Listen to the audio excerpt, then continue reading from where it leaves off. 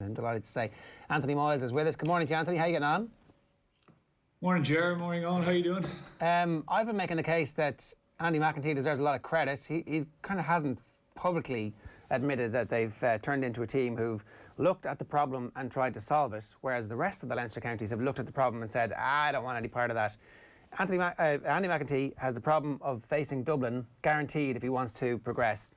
And he's like, well, how are we actually going to do that? The rest of the Leinster counties have decided we're going to become super defensive and try not to get beaten at the gate. And I'm thinking, you know, fair play to him. Yeah, I suppose he has. You know, and in defence of the other counties, you know, maybe they have to move towards that, because, you know, I think there's steps along the way, Ger, that you have to get to reach that point. This stage of grief, is that it? Yeah. Denial, acceptance. Where are Meath? Exactly.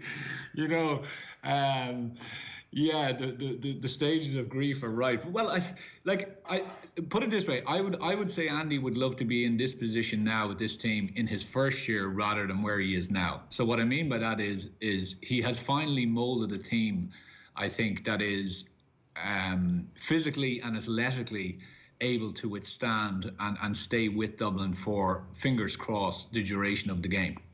And if you look over the last number of years when they've played them, they've done relatively well, you know, for 50 minutes, 55 minutes, 60 minutes, you know, in different games. And then, like a lot of teams, they've fallen away towards the end. I think one of the things that you know, and we can get into the Kildare game if you want or not, maybe you don't want to, but so one of the things that really surprised me was how hard they were going at the end of the game. You know, I think in the second half, they really imposed their athleticism, their ability to get up and down the field, their runners coming from different positions on Kildare. And although the first half I thought they stood off a bit and were a bit tentative, they engaged a lot more and they increased the intensity in the second half, and that ultimately just put the sword to Kildare. So I think what has happened is, you know, Andy and a lot of other people in Meath, there was a spell there, and look, I've bemoaned this on this show with you guys for a large number of years. I think from after 2010, Meath went for a very different type of player. They went from big, physical, strong players to kind of fast, small players. Now, I'm not saying maybe those some big physical guys weren't available in the county. I don't really believe that. I think a number of guys were jettisoned off the team, you know, maybe before their time. But there was this kind of idea that team, that generation that I finished with, you know, were seen as being slow, and that the game had now gone to a speed game. So what ended up was Meath ended up with an awful lot of very, very fast, smaller, lighter guys, which were great in kind of open games where it was open country, especially say against some of the Leinster teams, not Dublin. But when they came up against a Dublin who had fast but bigger guys, more physical, more able to withstand hits and hit you, or when they came up against the likes of the Armaghs of this world, or the Donegals or the Tyrones, who ended up, you know, producing a massed defence. So in a massed defence, of course, it doesn't matter where your speed is because you have very little room to run anyway. They came a cropper. So I think over the last 4 to 5 years, you know, Meath has been developing. Most of the clubs have been developing. They've been developing players. The underage teams have been developing. The academies have been developing, and they've been developing athletes, I suppose. First of all, you know, it is the Gaelic Athletic Association. Athlete is in there, and they've been developing guys who then, when they step into the senior ranks, they don't have to start from ground zero. Like if you look at Matthew Costello, for example, I know Matthew well from my Dunshaughlin days. You know, he's 6'3". He's you know, he's 18 or 19 years of age. But, you know, he's a specimen. He's well able to handle the rigours of senior football. You know, he's a big lad and he's well able to motor. So he steps into that and, you know, he kind of goes, yeah, this is no big deal for me. I'm able to, of course, it's a step up, but physically and athletically, he has done the work over the last 4 or 5 years to get himself into a position where he's well able to take it on. So I think Andy has a team now, Ger, that are able, number one, to hopefully stay with Dublin. Then it gets into all the other stuff, you know, around the actual football side. The football side, specifically what I'm talking about, is actually a team who's desperately trying to score goals, because, like, how else are you going to beat this Dublin team?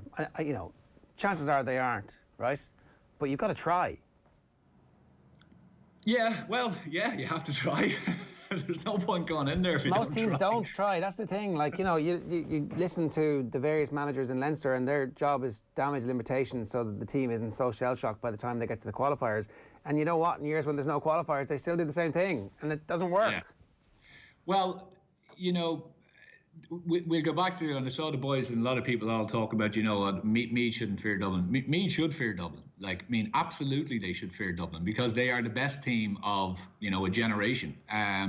So, and fear, you know, is a funny thing. It you know, it can debilitate you, of course, but if it's addressed, which I'm sure Andy and the rest of the management team and the coaching team are doing all week, you can use it to your own advantage. So, you know, it heightens the senses. It makes you much more concentrated. You know, you can't drop your guard.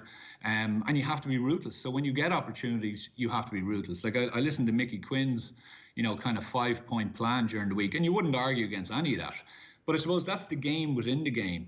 I think the mentality has to be set this week. And the mentality is that, listen, we've absolutely... Of course, there's something to lose. It's a big game, but, you know, it's a game where they can go out and they can be courageous. You know, and you know, I'm going to quote someone. You might get this now, Ger, because you're at the same kind of stage in life. But Mulan, there's a great quote in Mulan. I used to quote other people, but now I'm quoting Disney characters, where she says that there's no courage without fear.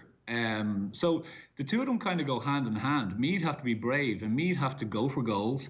They have to be as efficient as they can. They have to stand out as defenders. They have to take a step in front of the men.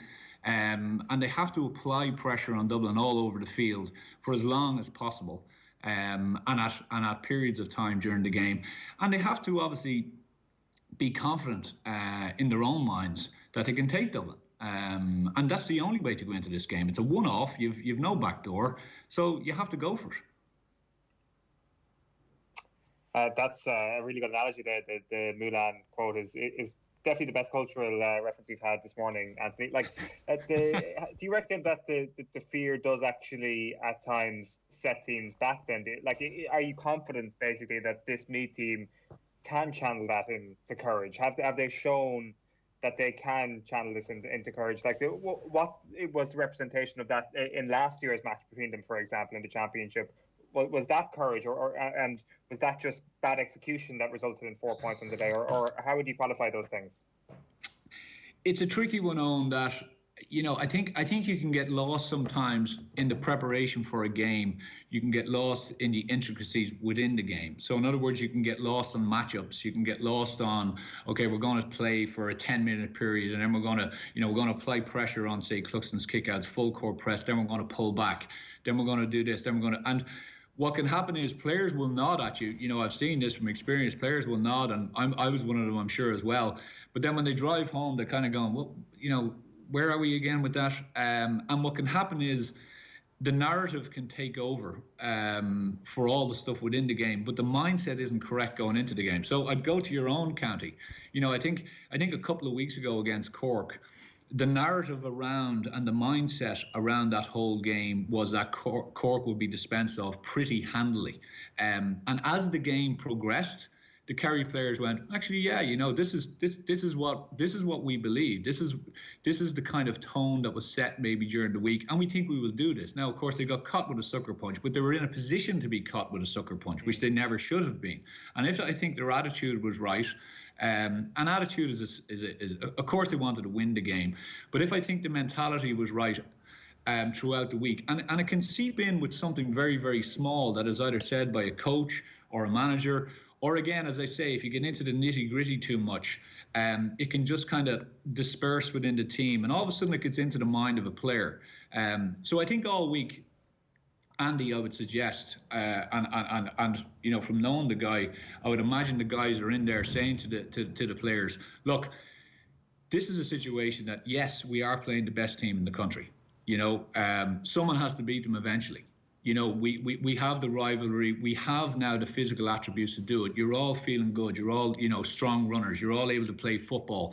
We have got a game plan in place. Don't worry about that. But the first thing they have to do is they have to get that mentality right, which is, yes, have the fear, but have the courage to stand up to the fear and go beyond it. So when I talk about a defender, it's a very simple thing in the defender's mind.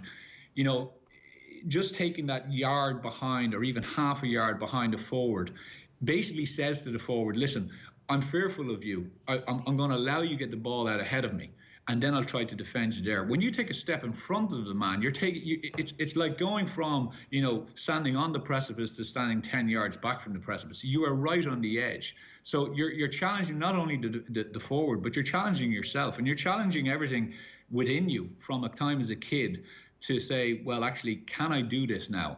And it's a big step, but it only really comes from, a manager can't tell you how to do that. You have to do that yourself, and you have to do that within the game yourself, and you do it with your teammates. So, you know, to answer your question, I don't know what's going on around the houses, but I think the Meath team, it's no more about the matchups and what we do with Fenton and what we do with Cluxon. I'd nearly be saying, listen, it doesn't matter. It doesn't matter. It doesn't matter who picks up Fenton. You know, whether it's Brian Menton, whether it's Ronan Jones, we have the players to do this. It doesn't matter where Con O'Callaghan goes. If he goes out from full forward to 11, out to 12, it doesn't make a difference. It doesn't make a difference if Kilkenny plays in full forward, because that's the game within the game. But if your head isn't right going into the game, it doesn't make a difference what you do within the game. You'll be bet by 15, 20 points.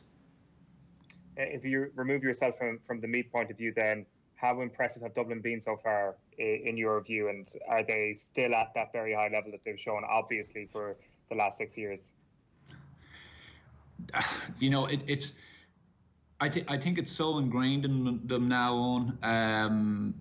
You know, if you tick the boxes, you know, the athleticism, the power, the ability to play football, the game plans, the big players and the clutch players in the right positions, and then they're kind of, you know, the supporting cast then can change. You know, it could be a new guy, it can be an older guy coming back. It doesn't really make a difference. So the template is there.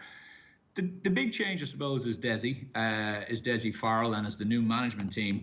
And there's no doubt about it. I think Desi and the new management team will be feeling the pressure. This is a big game for them. This year is a big, you know, you're coming in and you're filling the shoes, which are fairly big shoes of a guy who has, you know, won all around him. So, you know, there's no doubt about it that they will be feeling the pressure this week. I would have no doubt about it. And I know he has heaped the pressure back on the players, and he said, you know, this is every game is like an All-Ireland final. And that's a good way to do it, because I think the way to remove pressure from a player is to go back into process.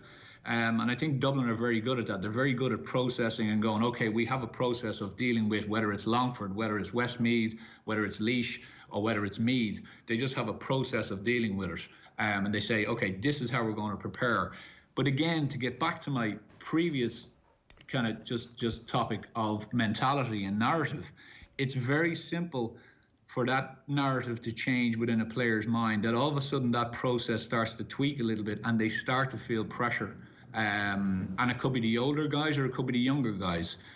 Perversely, I think this year has probably helped Dublin. I think a number of those older fellas, and when I mean older, I mean guys who've just been on the run for the last 6 or 7 years. I think they probably really enjoyed the break. You know, getting back to the club. I was speaking to one or two of them about 2 or 3 months ago, and they were saying that they were delighted to be back at the club. They were delighted to be back playing club football, back with their buddies, and probably a bit off the kind of hamster wheel of the Dublin inter-county scene that it has been for the last number of years for them. So if anything, that's probably a warning sign for the rest of the country in the sense that they're probably rejuvenated. Yeah, that's a scary thought. Anthony, great stuff this morning. Thanks a million. Enjoy the game this weekend. No bother, lads. Cheers.